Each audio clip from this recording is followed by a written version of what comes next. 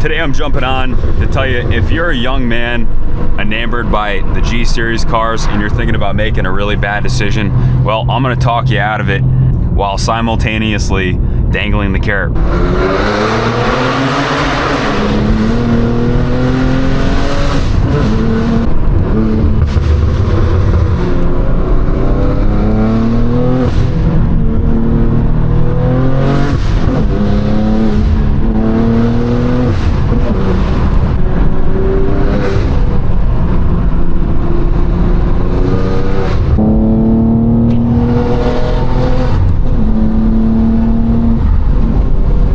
Single guy, no dependents, W-2 employee, no write-offs, no rentals, nothing to depreciate, and you're making good coin. Well, I'll tell you what, you're probably close to 50% payroll withholding. So if you have $150,000 a year, you'd have to save literally every single cent to pay down one of these cars, or to save up and buy one cash.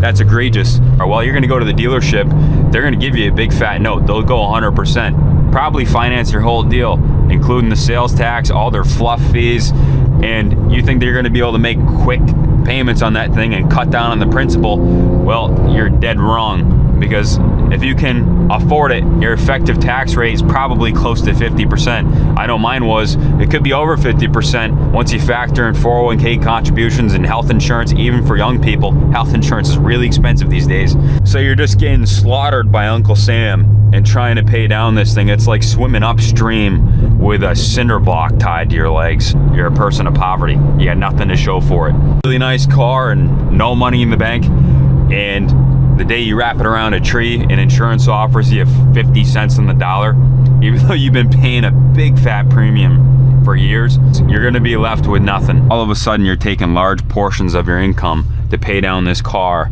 that it's not a write-off. It's a depreciating asset. In the first year in depreciation, insurance, and taxes, you're gonna lose, I mean what, on average, I guess there's a lot of factors there, but you're gonna lose 20, 30 grand in the first year. Some guys might get hit even harder if they decide to sell private sale, sell it back to the dealer, just get absolutely hosed. You might lose 40, 50. Who knows, man? You know, you sell the car for $20,000 less than you bought it for, plus let's say it was $7,000, $8,000 in taxes on it, right? That's 28 grand. Say you hold it for 2-3 years. Well, you're gonna have 5 grand insurance costs. Do the math on that one. Property taxes, $3,000. I could easily see how you could lose your shirt 30, 40 plus $1,000. And then if you're a young guy, you're all into it, you're probably gonna go heavy on some modifications that you're just never gonna see the money back. You could flip the script. Let's say you don't buy the car.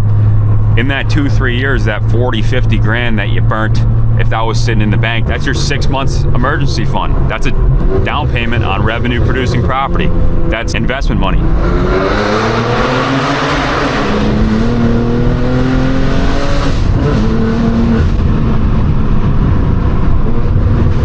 Oh my God. Oh, holy fuck. That never gets old. Especially early on, having a $40,000, $50,000 nest egg, if you can really aggressively save and then invest it intelligently. A young guy in your 20s, you got, 30, 40, 50 years for that to compound. Like put 50 grand in a compound interest calculator, 8% over 30 years. What's that's gonna be? As a matter of fact, here, I gotta do the math. 50,000, 30 years, 8%. Average rate of return with no reinvesting after that. Just let it sit for 30 years. That's $500,000. And there's some asset classes that, well, you can see higher rates of returns with active management like real estate, especially if you choose the right properties. I mean, that's gonna totally set the stage for your life. Oh,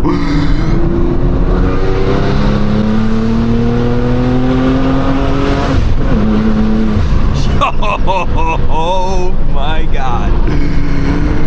So especially if you don't come from money, man,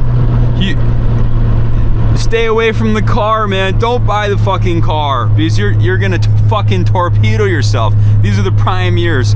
That $1 today is 20 bucks down the line. It's just, especially if you're smart, especially if you know where to place it and watch it and water it and watch it grow. Man, you could come from nothing and have a couple good years, and if you know what to do, you're gonna be able to check out. You're gonna be able to have security for you and your family. So, is it the best decision for your future?